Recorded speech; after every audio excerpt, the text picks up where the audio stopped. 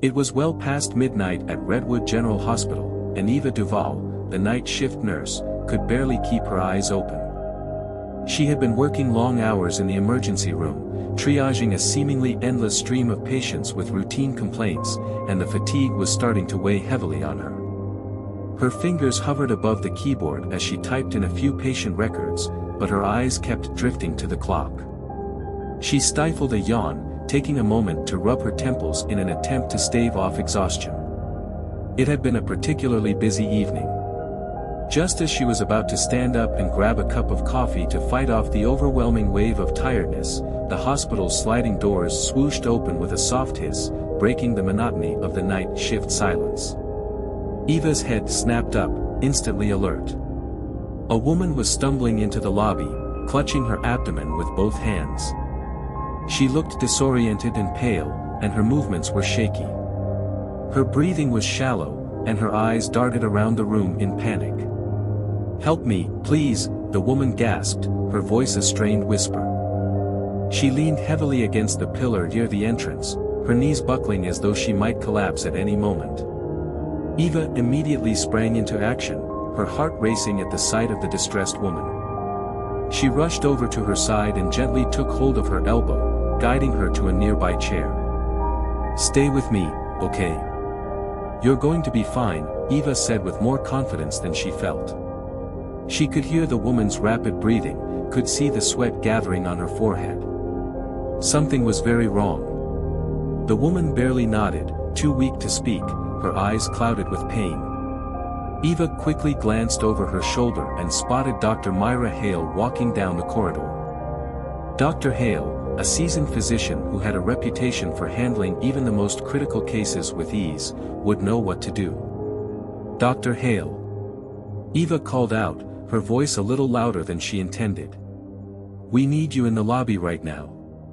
Without missing a beat, Dr. Hale, a woman in her early 40s with short-cropped brown hair and an air of calm confidence, turned toward Eva and made her way over, her expression unreadable.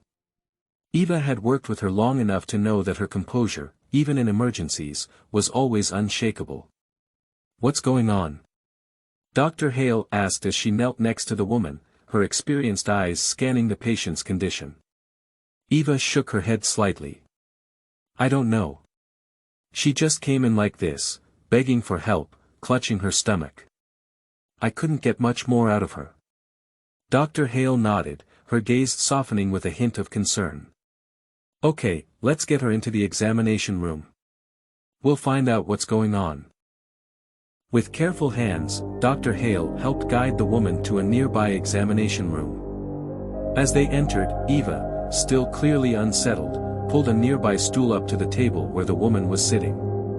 Dr. Hale spoke soothingly, her voice reassuring as she gently lifted the woman's shirt to examine her abdomen. "What's your name, sweetheart?" Dr. Hale asked, her tone kind but professional. The woman looked up, her eyes filled with tears. I'm Miranda," she murmured, her voice strained with pain.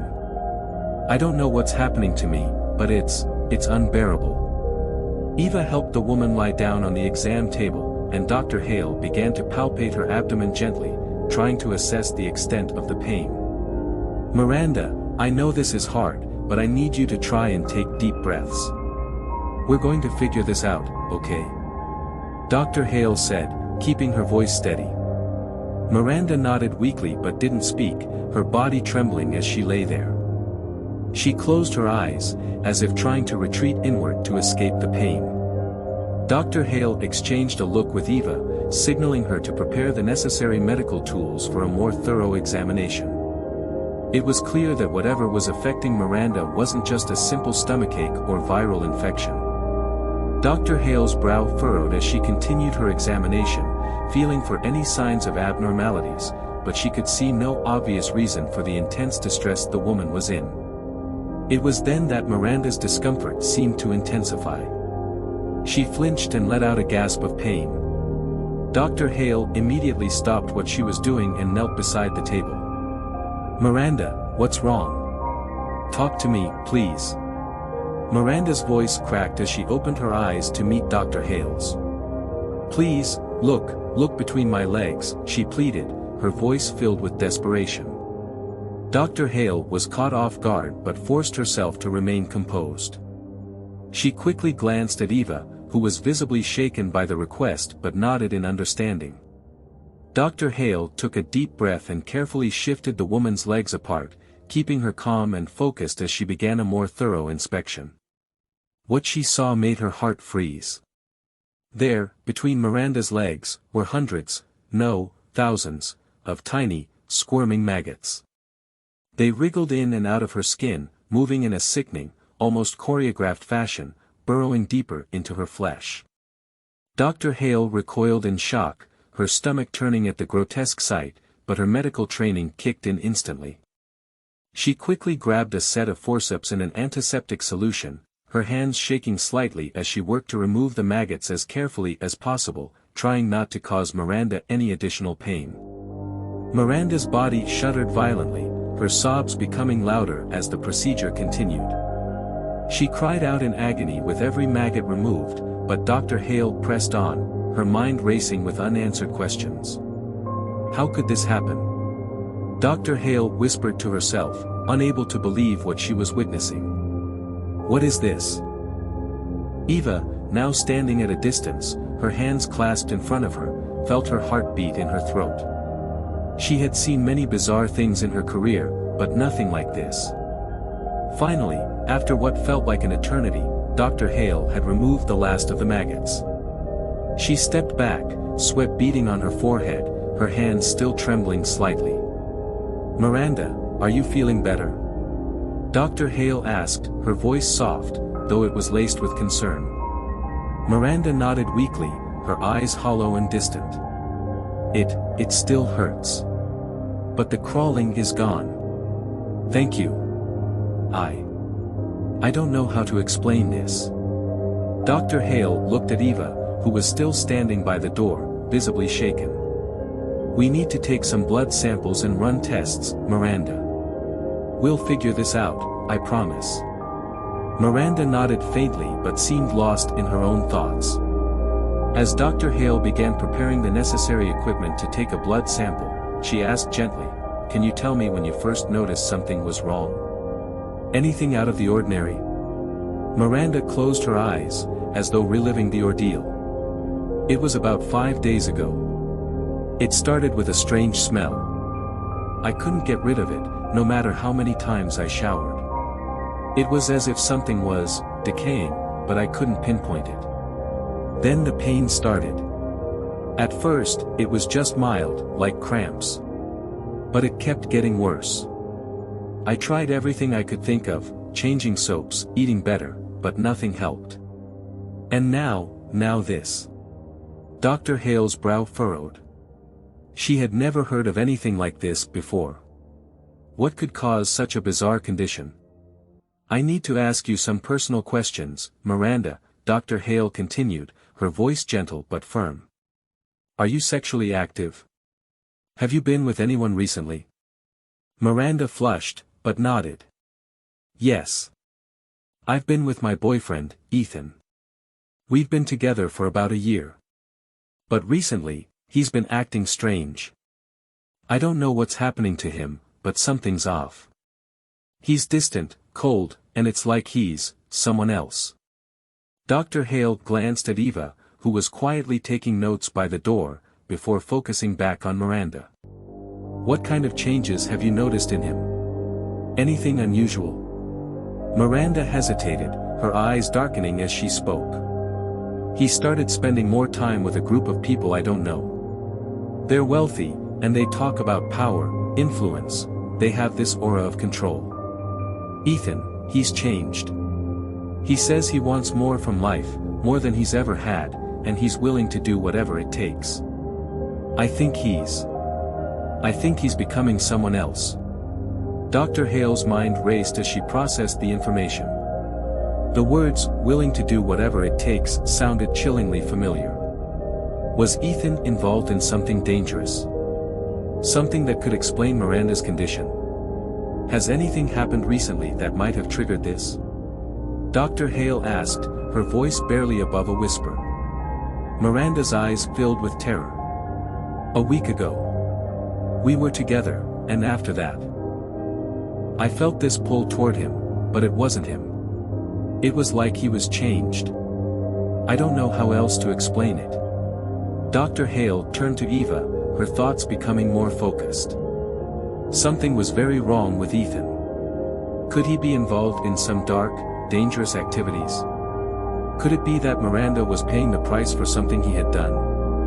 Eva's voice broke through her thoughts. Dr. Hale, should we get the police involved? Dr. Hale shook her head slowly. Not yet. We need more answers first. I'll speak to Ethan and get to the bottom of this. The next morning, Dr. Hale arrived early at the hospital the following morning, still haunted by the events of the night before. She immediately contacted Dr. Samuel Keene, a well-respected gynecologist and specialist in rare conditions. His vast experience had made him the go-to consultant for the most mysterious medical cases, and Dr. Hale knew he might hold the key to solving this. Dr. Keene met with Dr. Hale in a quiet consultation room. After hearing the full story and reviewing the details, he frowned deeply. I can't even begin to comprehend this.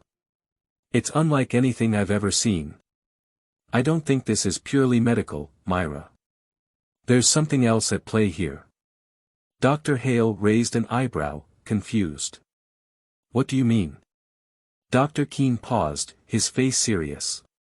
There are stories, rumors. They're not based on science, but I've heard accounts. There are tales of people being cursed or affected by supernatural forces, and sometimes those forces are linked to the people closest to them. Maybe, just maybe, Ethan is involved in something beyond the ordinary. Dr. Hale was stunned. You're suggesting this is supernatural? Dr. Keene nodded slowly, his eyes darkening. It's a possibility. Some people dabble in things they don't understand, and the consequences can be disastrous, especially for those they love. Return to Miranda's room. Dr. Hale knew the truth was likely buried in Miranda's past, within the depths of her relationship with Ethan. She returned to Miranda's room, where the young woman was sitting up, still pale but looking more composed. Miranda, I need you to tell me everything about Ethan, Dr. Hale said gently, but with the seriousness of someone who had seen too much already. I need to know more about your relationship with him. Miranda hesitated, her eyes flickering toward the window. She spoke quietly, but there was a fear in her voice that couldn't be ignored. I met Ethan over a year ago. He was everything I needed, attentive, caring, always there when I needed him. But lately, things have changed. He started hanging around with a new group. They're rich, powerful, and they talk about how money and influence control everything. I don't know what he's gotten into, but it's like he's becoming someone else. Dr. Hale's mind raced as she processed the words. Could Ethan have fallen into some dangerous group, or was this something even darker? Something that was now tormenting Miranda? Dr. Hale turned to leave, knowing they were getting closer to the truth. But the question still weighed heavily on her mind. Could she find the answers in time to save Miranda? And if Ethan was involved in something sinister, was there even a way to stop it? Later that day, Dr. Hale's thoughts were still tangled in confusion as she stood in the hospital's quiet hallway. She couldn't shake the feeling that there was something much bigger at play here, something that reached far beyond medical explanations. Ethan's strange behavior, the way Miranda spoke of him, the horrific condition she'd endured with the maggots, it all felt like the beginning of something darker, something supernatural, just as Dr. Keene had suggested. Eva, who had been assisting in the emergency room earlier, caught up with Dr. Hale. She had a concerned expression on her face. Dr. Hale, I've been thinking about everything Miranda said, about Ethan, Eva started, her voice tense. Do you think it could be connected to some sort of cult? I mean, there's been talk in the community about some strange gatherings, people getting involved with groups that use influence for darker purposes. Dr. Hale took a deep breath, considering her options. It's certainly a possibility. But we still don't have enough concrete information to act on. We need to tread carefully. If Miranda is telling the truth about what she's experienced, and if Ethan is indeed mixed up in something that's pulling him away from her, something that might be related to this strange condition, then we might be dealing with a far more dangerous situation than we originally thought. Eva nodded, her expression one of determination. I agree. And we need to find out more, especially about this group Ethan's been spending time with. It sounds like they could be connected to whatever's happening. Exactly, Dr. Hale responded, her voice tinged with a mix of apprehension and resolve. But we need to approach this with caution.